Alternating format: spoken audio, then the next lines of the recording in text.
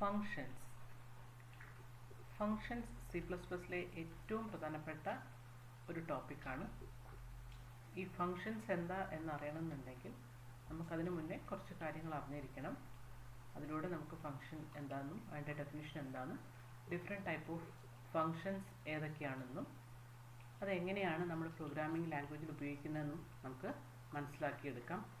അതിന് മുന്നോടിയായിട്ട് ഒരു ഇൻട്രൊഡക്ഷൻ മാത്രമാണ് ഈ ഒരു വീഡിയോയിലൂടെ നമ്മൾ തരുന്നത്. Functions. In C++, function is a way to divide large program into smaller subprograms. ഇങ്ങനെ ഒരു സെൻറ്റൻസിൽ പറഞ്ഞു കഴിഞ്ഞാൽ ഫങ്ഷൻസിൻ്റെ ഡെഫിനിഷൻ ആവില്ല. കാരണം ലാർജ് പ്രോഗ്രാംസ്, അതായത് പ്രോഗ്രാമിൻ്റെ വലിപ്പം എന്ന് പറയുന്നത് നമ്മൾ എഴുതുന്നതിനനുസരിച്ച് നമ്മൾ ആ ഒരു എന്തിനുള്ള പ്രോഗ്രാമാണോ അതിനനുസരിച്ച് നമ്മുടെ പ്രോഗ്രാമിൻ്റെ വലിപ്പം വളരെ കൂടുതലായിരിക്കും. അപ്പോൾ ഒരു ഫോർ എക്സാമ്പിൾ ഒരു കാൽക്കുലേറ്ററിന് വേണ്ടിയുള്ള ഒരു പ്രോഗ്രാമാണെന്ന് കരുതുക. കാൽക്കുലേറ്ററിൻ്റെ അകത്ത് ഒരു സിമ്പിൾ കാൽക്കുലേറ്റർ ആണെന്ന് കരുതുക. അതിൽ അഡിഷൻ ഉണ്ടായിരിക്കും, സബ്സ്ട്രാക്ഷൻ ഉണ്ടായിരിക്കും, ഡിവിഷൻ ഉണ്ടായിരിക്കും, മൾട്ടിപ്ലിക്കേഷൻ ഉണ്ടായിരിക്കും, മറ്റ് ഫീച്ചേഴ്സ് എന്തെങ്കിലും ഉണ്ടെങ്കിൽ അതും ആഡ് ചെയ്യാം. അങ്ങനെയുള്ള ഒരു കാൽക്കുലേറ്ററിൽ അത് ഒന്നിച്ച് ഒരു പ്രോഗ്രാമായിട്ട് എഴുതുകയാണെങ്കിൽ കുറേ അധികം പേജസ് ഉള്ള ഒരു നോട്ട്ബുക്ക് തന്നെ വേണ്ടി വരും. അത്രയും ഉള്ള ഒരു പ്രോഗ്രാം എഴുതി കഴിഞ്ഞാൽ സ്വാഭാവികമായിട്ടും അതിലുള്ള ഫ്ലോ മനസ്സിലാക്കാൻ വളരെ പ്രയാസമാണ്. അതുകൊണ്ട് തന്നെ അതിനെ സബ് ഡിവിഷൻ ചെയ്ത് ചെറിയ ചെറിയ മോഡ്യൂളുകളാക്കി മാറ്റുക. അതായത് അഡീഷൻ ഒരു വിഭാഗം, സബ്സ്ട്രാക്ഷൻ വേറൊരു വിഭാഗം, മൾട്ടിപ്ലിക്കേഷൻ മറ്റൊരു വിഭാഗമായിട്ട് തരംതിരിക്കുക. എന്നതിന് ശേഷം നമുക്ക് ആ പ്രോഗ്രാമിനെ റൺ ചെയ്യിപ്പിക്കുമ്പോൾ കാര്യങ്ങൾ കൃത്യമായിട്ട് ഐഡൻറ്റിഫൈ ചെയ്യാനും മനസ്സിലാക്കാനും സാധിക്കും. ഇങ്ങനെ ലാർജ് പ്രോഗ്രാമിനെ സബ് ഡിവിഷൻ ചെയ്യുന്നതിനെയാണ്, സബ് ഡിവിഷൻ ചെയ്ത് കിട്ടുന്ന സബ് പ്രോഗ്രാമുകളെയാണ് നമ്മൾ എന്ത് പറയുന്നത്, ഫങ്ഷൻസ് എന്ന് പറയുന്നത്. ഇത് കുറച്ചും കൂടെ ഡീറ്റെയിൽഡ് ആയിട്ട് നമുക്ക് മനസ്സിലാക്കാം. Concept of modular programming. ഈ മോഡുലാർ പ്രോഗ്രാമിംഗ് കൺസെപ്റ്റിലേക്ക് എത്തുന്നതിന് മുന്നേ നമ്മൾ മുൻകാലങ്ങളിൽ പഠിച്ചിട്ടുള്ള കുറേ അധികം ലാംഗ്വേജസ് ഉണ്ട്. അതെല്ലാം ഓരോ സ്റ്റൈൽ ഓഫ് പ്രോഗ്രാമിംഗ് ലാംഗ്വേജസ് ആണ്. അതിൽ ഉപയോഗിച്ചിരിക്കുന്ന അപ്രോച്ചസ് എന്ന് പറയുന്നത് ഡിഫറെൻറ്റ് ടൈപ്പായിരുന്നു. അതിൽ നിന്നെല്ലാം മാറി C++ൽ എത്തുമ്പോൾ മോഡുലാർ പ്രോഗ്രാമിംഗ് കൺസെപ്റ്റിലേക്കാണ് എത്തി നിൽക്കുന്നത്. ഈ മോഡുലാർ പ്രോഗ്രാമിംഗ് കൺസെപ്റ്റ് എന്ന് പറഞ്ഞാൽ, അല്ലെങ്കിൽ മോഡുലാർ പ്രോഗ്രാമിംഗ് എന്ന് പറഞ്ഞു കഴിഞ്ഞാൽ നമ്മളിപ്പോൾ പറഞ്ഞിട്ടുള്ള ഈ ഒരു കാര്യം, അതായത് ഒരു വലിയൊരു പ്രോബ്ലത്തെ സബ് ഡിവിഷൻ ചെയ്ത് നമ്മൾ സബ് പ്രോബ്ലംസ് ആക്കി മാറ്റുക. അങ്ങനെയുള്ള ഓരോ സബ് പ്രോബ്ലംസും ഈ ഇൻഡിവിജ്വലി ഓരോന്നും ഇൻഡിപെൻഡൻ്റ് ആയിട്ട് നിൽക്കുക. അങ്ങനെയുള്ള ദിസ് കൈൻഡ് ഓഫ് അപ്രോച്ചസിനെയാണ് നമ്മൾ എന്ത് പറയുന്നത്, മോഡുലാർ പ്രോഗ്രാമിംഗ് എന്ന് വിളിക്കുന്നത്. Each sub task will be considered as module. അതിലുള്ള ഓരോ ടാസ്കിനെയും നമുക്ക് മോഡ്യൂൾ എന്ന് വിളിക്കാം. The process of breaking large program into smaller sub programs are called modularization. നമ്മൾ ഈ ചെയ്യുന്ന പ്രൊസീജിയറിനെ നമുക്ക് ഈ പറഞ്ഞിട്ടുള്ള ലാർജ് പ്രോഗ്രാമിനെ സബ് ഡിവിഷൻ ചെയ്ത് ചെറിയ ചെറിയ പ്രോഗ്രാമുകളാക്കുന്ന ആ ഒരു പ്രോസസ്സിനെ, അല്ലെങ്കിൽ നമ്മൾ ആ ചെയ്യുന്ന പ്രൊസീജിയറിനെ പറയുന്ന പേരാണ് മോഡുലറൈസേഷൻ എന്നുള്ളത്. The sub programs are generally called functions. ഈ സബ് പ്രോഗ്രാമിനെ ഫങ്ഷൻസ് എന്ന് വിളിക്കുന്നു. അപ്പോൾ കുറച്ച് വേർഡുകളാണ് നമ്മൾ ഈ ഒരു പേജിൽ പഠിക്കുന്നത്. Modular programming, module, modularization and functions. Merits of modular programming. എന്താണ് മോഡുലാർ പ്രോഗ്രാമിങ്ങിൻ്റെ ആവശ്യം? നമുക്കൊരു പ്രോഗ്രാമായിട്ട് അങ്ങ് എഴുതിയാൽ പോരെ, നമുക്ക് എഴുതേണ്ട കാര്യങ്ങൾ ഒന്നിച്ചങ്ങ് എഴുതിയാൽ പോരെ എന്നുള്ളതാണ്. അങ്ങനെ എഴുതി കഴിഞ്ഞാലുള്ള പ്രയാസം ഏറ്റവും അധികം ഉണ്ടാകുന്നത് നമ്മളത് എവിടെയാണ്, എങ്ങനെയാണ് അതിൻ്റെ ഫ്ലോ നടക്കുന്നതെന്ന് തന്നെ ഐഡൻറ്റിഫൈ ചെയ്യാനുള്ള പ്രയാസം. അതിലെവിടെയെങ്കിലും എറേഴ്സ് വന്നു കഴിഞ്ഞാൽ അത് എവിടെയാണ് വരുന്നതെന്നുള്ളതും അത് എങ്ങോട്ടാണ് അതിൻ്റെ വാല്യൂ ആക്സസിങ് എന്നുള്ളതൊക്കെ കണ്ടുപിടിക്കാനുള്ള പ്രയാസങ്ങൾ, അങ്ങനെ ഒരുപാട് പ്രയാസങ്ങളുണ്ടാകും. അപ്പോൾ അതിനെ ഇവിടെ ലിസ്റ്റ് ഔട്ട് ചെയ്തിരിക്കുകയാണ്. Reduces the size of program. പ്രോഗ്രാമിൻ്റെ സൈസ് അങ്ങ് റെഡ്യൂസ് ചെയ്യും. നമ്മളിങ്ങനെ സബ് ഡിവിഷൻ ചെയ്ത് കൊണ്ടുവരുമ്പോൾ പ്രോഗ്രാം സൈസ് വളരെ കുറഞ്ഞു. Less chance of error occurrence. Error വരാനുള്ള ചാൻസസ് വളരെ കുറവാണ്. അത് നമ്മളിപ്പോൾ തന്നെ പറഞ്ഞു. ചെറിയ ചെറിയ പ്രോഗ്രാമുകളാക്കുമ്പോൾ അതിനുള്ളിൽ വരുന്ന പ്രയാസങ്ങളെ പെട്ടെന്ന് ഐഡൻറ്റിഫൈ ചെയ്യാൻ പറ്റും, എന്നിട്ട് അത് സോൾവ് ചെയ്യാനും പറ്റും. ഇപ്പോൾ ഇതൊക്കെ കാൽക്കുലേറ്ററിൽ നിന്ന് വിട്ടിട്ട് നമ്മളൊരു സ്കൂളിൻ്റെ ഒരു സോഫ്റ്റ്വെയർ ആണെന്ന് വിചാരിക്കുക. ആ സ്കൂൾ സോഫ്റ്റ്വെയറിൽ ഒരുപാട് സെക്ഷൻസ് ഉണ്ടായിരിക്കും. സ്റ്റുഡൻസിൻ്റെ അറ്റൻഡൻസ് കാര്യങ്ങൾ, ഡീറ്റെയിൽസ്, മറ്റു കാര്യങ്ങൾ, അഡ്മിഷൻ ഡീറ്റെയിൽസുകൾ എല്ലാം ഉണ്ടായിരിക്കും. അതുപോലെ അക്കാഡമിക് ഡീറ്റെയിൽസ്, മറ്റു കാര്യങ്ങളും എല്ലാം സ്റ്റോർ ചെയ്ത് വെച്ചിട്ടുണ്ട്. അങ്ങനെ അതിനൊക്കെ ഒരു സെക്ഷനാക്കി മാറ്റുക. ടീച്ചേഴ്സിൻ്റെ കാര്യങ്ങൾ, അറ്റൻഡൻസും മറ്റു കാര്യങ്ങളും വേറൊരു സെക്ഷനാക്കുക. സ്കൂളിൻ്റെ മറ്റ് ക്ലറിക്കൽ വർക്കുകളെ ഒരു അറ്റൻഡൻസ് ഒരു പ്രൊസീജിയറാക്കി ഒരു പ്രോഗ്രാമാക്കി മാറ്റുക. ഇങ്ങനെ ഒരു സ്കൂൾ സോഫ്റ്റ്വെയർ ചെയ്യുമ്പോൾ ഒരുപാട് ഡിവിഷൻ ചെയ്ത് കൊണ്ടുവരാം.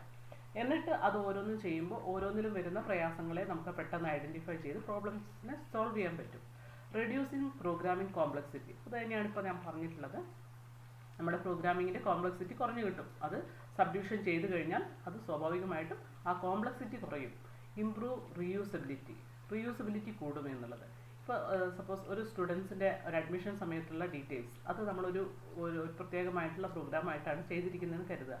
അപ്പോൾ അങ്ങനെ നമ്മൾ ചെയ്തു വെച്ച് കഴിഞ്ഞാൽ ആ സ്റ്റുഡൻറ്റ് ഡീറ്റെയിൽസ് തന്നെ വേറൊരു ആവശ്യത്തിന് വേണ്ടി നമുക്ക് ഇൻപുട്ട് ചെയ്യണമെന്നുണ്ടെങ്കിൽ സെയിം സാധനം തന്നെ നമുക്ക് വീണ്ടും അവിടേക്ക് യൂസ് ചെയ്യാവുന്നതാണ്. അപ്പോൾ ഒരു കാര്യം ഉണ്ടാക്കി വെച്ചാൽ അത് മറ്റ് വേണ്ട സ്ഥലങ്ങളിലേക്കൊക്കെ യൂസ് ചെയ്യാൻ പറ്റുന്ന രീതിയിലേക്ക് നമുക്ക് ആ പ്രോഗ്രാമിനെ മാറ്റിയെടുക്കാം.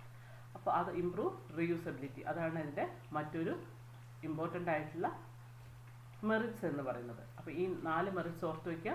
Reduce the size of program, less chance of error occurrence, reduces programming complexity, improve reusability. മിക്കവാറും ആ ഡിമെറിറ്റ്സ് എന്താണെന്ന് നോക്കാം. ഈ മോഡുലാർ പ്രോഗ്രാമിൻ്റെ കേസിൽ നമ്മൾ മെറിറ്റ്സ് മാത്രമാണ് ഇപ്പോൾ പറഞ്ഞിട്ടുള്ളത്. ഡിമെറിറ്റ്സ് എന്താണെന്ന് കൂടി നോക്കാം. Proper breaking down of the problem is a challenging task.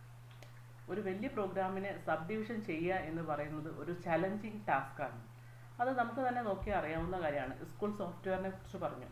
അത് നമുക്ക് പറയുമ്പോൾ എളുപ്പമാണ്. സ്റ്റുഡൻറ്റ് ഡീറ്റെയിൽസ് ഒരു ഭാഗം, മറ്റ് ടീച്ചേഴ്സ് ഡീറ്റെയിൽസ്, ക്ലറിക്കൽ വർക്ക് വേറെ, അക്കാഡമിക് വേറെ എന്നൊക്കെ പറഞ്ഞ് തരംതിരിക്കാമെന്നുള്ളത്. പക്ഷേ അതിനെ കൃത്യമായിട്ട് ഇത് ഇന്നതാണ്, ഇതിലാണ് ഈ ഡീറ്റെയിൽസ് എന്ന് പറഞ്ഞ് നമുക്ക് തരംതിരിച്ച് കൊണ്ടുവരിക എന്ന് പറയുന്നത് വളരെ ശ്രമകരമായിട്ടുള്ളൊരു പണിയാണ്. അതുകൊണ്ട് തന്നെ അങ്ങനെ ബ്രേക്കിംഗ് ഡൗൺ ചെയ്യാൻ തന്നെ ഒരുപാട് സമയം അതിന് നമ്മൾ സ്പെൻഡ് ചെയ്യേണ്ടതായിട്ട് വരും. കൃത്യമായിട്ട് ആ സബ്ഡിവിഷൻ ചെയ്തിരിക്കണം, എന്നാൽ മാത്രമേ ആ ഒരു എൻഡ് റിസൾട്ടിലേക്ക് നമുക്ക് എത്താൻ പറ്റുള്ളൂ. അവസാനം ഈ പറഞ്ഞ എല്ലാ സെറ്റുകളെയും ഒരുമിച്ച് വേണം നമുക്കൊരു സോഫ്റ്റ്വെയർ ആക്കി മാറ്റിയെടുക്കേണ്ടത്. അപ്പോൾ ആ ഒരു എൻഡ് റിസൾട്ടിലേക്ക് എത്തണമെന്നുണ്ടെങ്കിൽ കൃത്യമായ ബ്രേക്കിംഗ് ഡൗൺ ആയിരിക്കണം. അതൊരു ചലഞ്ചിങ് ടാസ്ക്കാണ്. അതാണ് ഡിമെറിറ്റ്സ് ഓഫ് മോഡുലാർ പ്രോഗ്രാമിങ്ങിൽ പറയുന്ന ഒരു മെയിൻ പ്രയാസം എന്ന് പറയുന്നത്, അല്ലെങ്കിൽ മോഡുലാർ പ്രോഗ്രാമിങ്ങിൻ്റെ ഡിമെറിറ്റ്സ് എന്ന് പറയുന്നത്. ഇനി നമുക്ക് ഫങ്ഷൻസിലേക്ക് വരാം. അപ്പോൾ എന്താണ് ഫങ്ഷൻ എന്ന് ഞാനൊരു സൂചന തന്നു കഴിഞ്ഞു. അപ്പോൾ നമുക്ക് കൃത്യമായിട്ട് നമ്മൾ ഏതൊക്കെ രീതിയിലാണ് ഈ ഫങ്ഷൻസ് C++ൻ്റെ അകത്ത് യൂസ് ചെയ്യുന്നതെന്നൊക്കെ അറിയണം. അതിനുവേണ്ടി ഇവിടെ ഒരു എക്സാമ്പിളാണ് ആദ്യമായിട്ട് കൊടുത്തിരിക്കുന്നത്. ഫങ്ഷൻസ് എന്താണെന്ന് മനസ്സിലാക്കാൻ വേണ്ടി നമ്മളിപ്പോൾ അറിഞ്ഞു കഴിഞ്ഞു ലാർജ് പ്രോഗ്രാമിന് സബ് ഡിവിഷൻ ചെയ്ത സബ് പ്രോഗ്രാമിനെയാണ് എന്ന് മാത്രം. അപ്പോൾ ഇനി ആ ഫങ്ഷൻസ് നമുക്ക് എങ്ങനെയാണ് എഴുതാൻ പറ്റുക, അല്ലെങ്കിൽ അത് എങ്ങനെയായിരിക്കും ഒരു ഫങ്ഷൻ ഉണ്ടായിരിക്കുക എന്നുള്ളതാണ് ഇവിടെ പറയാൻ പോകുന്നത്. ഇവിടെ കൊടുത്തിരിക്കുന്ന എക്സാമ്പിൾ നോക്കുക. മേക്ക് കോഫി, ഒരു കോഫി ഉണ്ടാക്കാൻ വേണ്ടിയിട്ടുള്ള ഒരു ചെറിയ ഒരു എക്സാമ്പിളാണ് ഇവിടെ കാണിച്ചിരിക്കുന്നത്. അതിന് പേര് കൊടുത്തു, മേക്ക് കോഫി എന്ന് കൊടുത്തു. അതിൻ്റെ അകത്ത് നമ്മൾ ഉപയോഗിക്കുന്ന ഇൻഗ്രീഡിയൻസിനെയൊക്കെ ബ്രാക്കറ്റിനകത്ത് കോമ ഇട്ട് കൊടുത്തിട്ടുണ്ട്. Water, milk, sugar, coffee powder. ഇതിൻ്റെ എൻഡ് റിസൾട്ട് എന്ന് പറയുന്നത് കോഫി ആയിരിക്കും. ഈ കോഫി എന്തിലാണ് സ്റ്റോർ ചെയ്യുന്നത്? കപ്പിലേക്ക് സ്റ്റോർ ചെയ്യുന്നു. അപ്പോൾ ഇവിടെ നമുക്ക് ഈ പറഞ്ഞിട്ടുള്ള ഇവിടെ പറഞ്ഞ മേക്ക് കോഫി എന്ന് പറയുന്നതാണ് ഇവിടുത്തെ ഫങ്ഷൻ. ആ ഫങ്ഷന് വേണ്ട ഇൻഗ്രീഡിയൻസ് ഉണ്ട്. അതിനെ നമ്മൾ പറയുന്ന പേരാണ് പാരാമീറ്റേഴ്സ് അല്ലെങ്കിൽ ആർഗ്യുമെൻറ്റ്സ് എന്ന് പറയും. ഇതെന്താണെന്നൊക്കെ നമുക്ക് കൃത്യമായിട്ട് പഠിക്കാം. എന്നാലും ഈ ഒരു എക്സാമ്പിൾ മനസ്സിലാക്കി വയ്ക്കുക. മേക്ക് കോഫി എന്നുള്ള ഫങ്ഷൻ അതിൻ്റെ എൻഡ് റിസൾട്ട് നമ്മളൊരു വേരിയബിളിലേക്ക് സ്റ്റോർ ചെയ്തിരിക്കുന്നു. Make coffee is A name of function. Water, milk, sugar, coffee powders are parameters for the function. Coffee is the result returned. It is stored in a cup. Just ഒന്ന് മനസ്സിലാക്കാൻ വേണ്ടി ഒരു example ആണ് അവിടെ തന്നിട്ടുള്ളത്. അപ്പോൾ ഇത് വെച്ച് നമ്മളെ ഫംഗ്ഷനിലേക്ക് ഒന്ന് പോയി നോക്കാം. Function is a named unit of statement in a C++ program to perform a specific task as part of the solution. അതൊരു യൂണിറ്റ് ഓഫ് സ്റ്റേറ്റ്മെൻറ്റ്സ് ആണ്. അതായത് നമ്മൾ എഴുതുന്ന ഫങ്ഷൻസ് എന്ന് പറയുന്നത് കുറേ അധികം സ്റ്റേറ്റ്മെൻറ്റുകൾ ഒന്നിച്ച് എഴുതിയെടുക്കുക. ആ സ്റ്റേറ്റ്മെൻറ്റുകൾ ഒരു സ്പെസിഫിക് ടാസ്കിന് വേണ്ടി യൂസ് ചെയ്യുക, അതിൻ്റെ ഒരു സൊല്യൂഷൻ ഉണ്ടാക്കിയെടുക്കുക. അതാണ് നമ്മൾ മെയിനായിട്ട് ഫങ്ഷൻ എന്നുള്ളതുകൊണ്ട് ഉദ്ദേശിക്കുന്നത്. അതാണ് സബ് പ്രോഗ്രാം എന്നുകൊണ്ട് ഉദ്ദേശിക്കുന്നത്. Functions in C++. ഫങ്ഷൻസിനെ രണ്ട് രീതിയിലാണ് തരംതിരിച്ചിരിക്കുന്നത്. ഒന്ന് പ്രീ ഡിഫൈൻഡ് ഫങ്ഷൻസ്, മറ്റൊന്ന് user defined functions. Pre defined function or built in function എന്നും അതിനുണ്ട്. എന്തായിരിക്കും പ്രീ ഡിഫൈൻ? ആ പേരിൽ നിന്ന് നമുക്ക് മനസ്സിലാക്കിയെടുക്കാൻ പറ്റുന്ന ഒരു കാര്യമുണ്ട്. മുന്നേ ഡിഫൈൻ ചെയ്ത് വെക്കുക. അതായത് C++ പ്രോഗ്രാമിൻ്റെ അകത്ത് ഒരുപാട് ഫങ്ഷൻസ് ഓൾറെഡി ക്രിയേറ്റഡ് ആയിട്ട് ഉണ്ട്. അതായത് ഇപ്പോൾ സ്ട്രിങ്ങിൻ്റെ ലെങ്ത് കാണാനുള്ളത് അത് നമ്മൾ പ്രത്യേകിച്ച് സ്ട്രിങ്ങിൻ്റെ ലെങ്ത്ത് കാണാനുള്ള ഒരു പ്രോഗ്രാം ഒന്നും എഴുതി സ്ട്രിങ്ങിൻ്റെ ലെങ്ത്ത് കണ്ടുപിടിക്കേണ്ട. അതിൽ കൃത്യമായിട്ടൊരു ഫംഗ്ഷൻ ഉണ്ട്, strlen എന്ന് പറയുന്ന ഒരു ഫംഗ്ഷൻ ഉണ്ട് സ്ട്രിങ് ലെങ്ത്ത് കണ്ടുപിടിക്കാൻ. അങ്ങനെ ഓരോ ആവശ്യത്തിന് വേണ്ടിയിട്ട് ഇപ്പോൾ മാത്തമാറ്റിക്കൽ ഫംഗ്ഷന് പവർ കാണാൻ POW എന്ന് പറഞ്ഞിട്ട് ഒരു ഫംഗ്ഷൻ ഉണ്ട്, സ്ക്വയർ റൂട്ട് കാണാൻ SQRT എന്ന് പറഞ്ഞൊരു ഫംഗ്ഷൻ ഉണ്ട്. അതൊക്കെ നമ്മൾ C++ൽ ഓൾറെഡി ഉണ്ടാക്കി വെച്ചിട്ടുള്ള ഫംഗ്ഷൻസ് ആണ്. നമുക്ക് എവിടെയാണോ പ്രോഗ്രാമിൽ ആവശ്യം അവിടെ അത് എടുത്ത് ഉപയോഗിച്ചാൽ മതി, അത് ഉപയോഗിക്കേണ്ട വിധം മാത്രം മനസ്സിലാക്കിയാൽ മതി. അങ്ങനെയുള്ള ഫംഗ്ഷൻസിനെയാണ് നമ്മൾ പ്രീ ഡിഫൈൻഡ് ഫംഗ്ഷൻസ് എന്ന് പറയുന്നത്. രണ്ടാമത് ഇവിടെ പറഞ്ഞിട്ടുള്ള യൂസർ ഡിഫൈൻഡ് ഫംഗ്ഷൻസ്, അതായത് നമുക്ക് യൂസറിന് അല്ലെങ്കിൽ പ്രോഗ്രാമർക്ക് വേണമെങ്കിൽ അല്ലെങ്കിൽ യൂസറിന് വേണമെങ്കിൽ അവരുടെ ആവശ്യങ്ങൾക്കനുസരിച്ച് നമുക്ക് ഫംഗ്ഷൻസ് ക്രിയേറ്റ് ചെയ്യാം. ഇപ്പോൾ ഞാൻ നേരത്തെ പറഞ്ഞ സ്ട്രിങ് ലെങ്ത് കണ്ടുപിടിക്കാൻ അത് ഓൾറെഡി ഒരു ഫംഗ്ഷൻ ഉണ്ട്. പക്ഷെ നമുക്ക് വേണമെങ്കിൽ ഒരു സ്ട്രിങ്ങിനെ എടുക്കുക, ആ സ്ട്രിങ്ങിനെ നമുക്ക് എൻഡ് എത്തുന്നവരെ ചെക്ക് ചെയ്യുക, /0 അല്ലേ, സ്ട്രിങ്ങിൻ്റെ എൻഡ് ഉണ്ടോ നോക്കുക, /0 എത്തുന്നവരെ ചെക്ക് ചെയ്യുക. എന്നിട്ട് ഓരോ ലെറ്ററിലും പോകുമ്പോൾ അത് കൗണ്ട് ചെയ്യുക. ആ കൗണ്ട് ചെയ്ത് അവസാനം എത്തിക്കഴിഞ്ഞാൽ നമുക്കറിയാം /0 ഫോർ ലൂപ്പ് ഉപയോഗിച്ചാൽ /0 എത്തിക്കഴിഞ്ഞാൽ നമുക്ക് സ്റ്റോപ്പ് ചെയ്യാൻ പറയാം. അപ്പോഴേക്കും നമുക്ക് ടോട്ടൽ കൗണ്ട് നമ്മളെ കയ്യിൽ കിട്ടും. ഇങ്ങനെ നമുക്ക് യൂസറിന് വേണമെങ്കിൽ ആ ഒരു പ്രോഗ്രാമായിട്ട് തന്നെ എഴുതാം. ഇങ്ങനെ ഓരോ ആവശ്യത്തിനും നമുക്ക് പ്രോഗ്രാം നമ്മുടെ ആവശ്യത്തിന് എഴുതാം. ഇപ്പോൾ കാൽക്കുലേറ്ററിൻ്റെ കേസിൽ അഡിഷൻ കാണാൻ വേണ്ടി നമുക്കൊരു ഫംഗ്ഷൻ എഴുതാം, ഒരു പ്രോഗ്രാം എഴുതാം. അങ്ങനെ നമുക്കത് ഒരു ഫംഗ്ഷനാക്കി എഴുതി വയ്ക്കാം. അങ്ങനെ ഓരോ ആവശ്യത്തിനും വേണ്ടി യൂസറിന് ക്രിയേറ്റ് ചെയ്യാൻ പറ്റുന്ന ഫംഗ്ഷൻസിനെയാണ് യൂസർ ഡിഫൈൻഡ് ഫംഗ്ഷൻസ് എന്ന് പറയുന്നത്. അപ്പോൾ ഫംഗ്ഷൻസ് മെയിൻലി 2 ടൈപ്പാണുള്ളത്, predefined function and user defined functions. അപ്പോൾ ഓരോന്നും എന്താണെന്ന് നമുക്ക് മനസ്സിലാക്കണം. അപ്പോൾ ഇതിൻ്റെ അകത്ത് പ്രീ ഡിഫൈൻഡ് ഫംഗ്ഷൻസിനെ കുറിച്ചൊന്ന് ജസ്റ്റ് പറഞ്ഞു പോവുകയാണ്, ഇൻപുട്ട് ഔട്ട്പുട്ട് ഫംഗ്ഷൻ മാത്രം പറഞ്ഞു പോവുകയാണ് ചെയ്യുന്ന ഈ വീഡിയോയിലൂടെ. തുടർന്നുള്ള വീഡിയോയിലൂടെ നമുക്ക് ബാക്കിയുള്ളത് പഠിക്കാം. Pre defined functions. C++ provide a number of functions for various tasks. C++ന് ഒരുപാട് ഫങ്ഷൻസ് ഉണ്ട് പല ടാസ്കുകൾക്കായിട്ട്. അതിൽ നമ്മളിപ്പോൾ കുറച്ച് വേർഡ് മനസ്സിലാക്കി വെക്കുകയാണ്, പാരാമീറ്റർ ഓർ ആർഗ്യുമെൻറ്റ്സ്. ഇത് ഞാൻ ആ മേക്ക് എ കോഫി എന്ന് പറയുന്നതിൽ പറഞ്ഞു കഴിഞ്ഞിട്ടാണ് പാരാമീറ്റേഴ്സ് എന്താ എന്നുള്ളത്. അത് C++ൽ വരുമ്പോൾ എങ്ങനെയാണ് ആ ഒരു വേർഡിന് മീനിങ് വരുന്നത് നോക്കുക.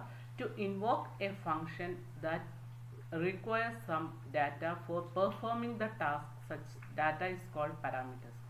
നമുക്കറിയാം ഒരു പ്രോഗ്രാം എഴുതി കഴിഞ്ഞാൽ ഒരു പ്രോഗ്രാമിന് അതിൻ്റെ എൻഡ് റിസൾട്ടിൽ എത്താൻ വേണ്ടി നമ്മൾ കുറച്ച് ടാസ്കുകൾ അതിൻ്റെ ഇടയിൽ ചെയ്യുന്നുണ്ടാവും, കുറച്ച് സ്റ്റേറ്റ്മെൻറ്റുകൾ എഴുതിയിട്ടാണ് ആ ടാസ്ക് ചെയ്യുന്നത്. അങ്ങനെ ആ ഒരു ടാസ്ക് ചെയ്യണമെന്നുണ്ടെങ്കിൽ നമുക്ക് കുറേ ഡാറ്റകൾ പുറത്തുനിന്ന് ആവശ്യമാണ്. ആ ഡാറ്റയാണ് നമ്മൾ എന്ത് പറയുന്നത്, പാരാമീറ്റേഴ്സ് ഓർ ആർഗ്യുമെൻറ്റ്സ് എന്ന് പറയുന്നത്. ആ ഡാറ്റ എങ്ങനെയാണ് ഒരു ഫംഗ്ഷൻ്റെ അകത്തേക്ക് കൊടുക്കേണ്ടതെന്നൊക്കെയാണ് നമ്മൾ പഠിക്കാനുണ്ട്. നമുക്കത് യൂസർ ഡിഫൈൻ ഫംഗ്ഷൻ വരുമ്പോൾ കൃത്യമായിട്ടത് നമ്മൾ പഠിക്കുന്നുണ്ട്. അപ്പോൾ ഇവിടെ മനസ്സിലാക്കി വയ്ക്കുക, parameters or arguments. Functions which give result after performing the task. This result is known as return value of the function. ആ ഫംഗ്ഷൻ ഏതൊരു ഫംഗ്ഷൻ ആണെങ്കിലും അതിനൊരു എൻഡ് റിസൾട്ട് ഉണ്ടാവും. ആ റിസൾട്ട് നമുക്ക് എവിടേക്ക് കിട്ടണേ, ആ റിസൾട്ടിനെ പറയുന്നവരാണ് return value of the function. നമുക്ക് റിട്ടേൺ അറിയാം, മെയിൻ ഫംഗ്ഷൻ്റെ അകത്ത് നമ്മൾ റിട്ടേൺ ഉപയോഗിച്ചിട്ടുണ്ട്. മെയിൻ എന്ന് പറയുന്നത് ഏറ്റവും എക്സാമ്പിളാണ്, ഫംഗ്ഷൻസിന് ഏറ്റവും എക്സാമ്പിൾ ആയിട്ടുള്ള ഒരു കാര്യമാണ് മെയിൻ എന്ന് പറയുന്നത്. ഇൻറ്റ് മെയിൻ എന്ന് പറയുന്ന ആ മെയിൻ എന്ന് പറയുന്നത് ഒരു ഫംഗ്ഷനാണ്. ആ ഫംഗ്ഷനിൽ നമ്മൾ ഉപയോഗിക്കുന്ന ഏതൊരു C++ പ്രോഗ്രാമിലും ഉപയോഗിക്കുന്ന മെയിൻ പാർട്ടാണ് ആ മെയിൻ ഫംഗ്ഷൻ എന്ന് പറയുന്നത്. ആ മെയിൻ ഫംഗ്ഷൻ്റെ അടിയിൽ നമ്മൾ കാണില്ലേ എപ്പോഴും കൊടുക്കുന്നതാണ് റിട്ടേൺ 0 എന്നുള്ളത്. ആ പ്രോഗ്രാമിൽ വാല്യൂ ഒന്നും റിട്ടേൺ ചെയ്യാനില്ലാത്തതുകൊണ്ടാണ് നമ്മൾ റിട്ടേൺ 0 കൊടുക്കുന്നത്. എന്തെങ്കിലും വാല്യൂസ് ആയിട്ട് റിട്ടേൺ ചെയ്യാനുണ്ടെങ്കിൽ ആ റിട്ടേൺ കൊടുക്കുന്നതിനെ, ആ റിട്ടേൺ ആവുന്നതിനെയാണ് നമ്മൾ return value of the function എന്ന് വിളിക്കുന്നത്. അപ്പോൾ ഇതൊന്ന് മനസ്സിലാക്കി വയ്ക്കുക. പാരാമീറ്റേഴ്സ് ഓർ ആർഗ്യുമെൻറ്റ് എന്താണെന്നും റിട്ടേൺ വാല്യൂ എന്ന് ഉദ്ദേശിക്കുന്നത് എന്താണെന്നും മനസ്സിലാക്കുക. Console function four character input output. അതായത് നമുക്ക് ഇപ്പോൾ ഇനി അങ്ങോട്ട് നമുക്ക് ഞാൻ പറഞ്ഞു കുറേ അധികം ഫങ്ഷൻസ് C++ലുണ്ട്. അത് നമ്മൾ മുഴുവനായിട്ട് പഠിച്ചു പോകുന്നുണ്ട്. പക്ഷേ ഇവിടെ തുടക്കത്തിലുള്ള ഈ ഒരു വീഡിയോയിൽ നമ്മൾ പറയുന്നത് ഇൻപുട്ട് ഔട്ട്പുട്ട് ഫങ്ഷൻസ് മാത്രം. ഇൻപുട്ടിനും ഔട്ട്പുട്ടിനും ഉപയോഗിക്കുന്ന കുറച്ച് ഫങ്ഷൻസ് ഉണ്ട്. അത് ക്യാരക്ടർ ഇൻപുട്ടിനും അതേപോലെ സ്ട്രിങ് ഇൻപുട്ടിനും വേണ്ടി ഉപയോഗിക്കുന്ന കുറച്ച് ഫങ്ഷൻസ് ഉണ്ട്.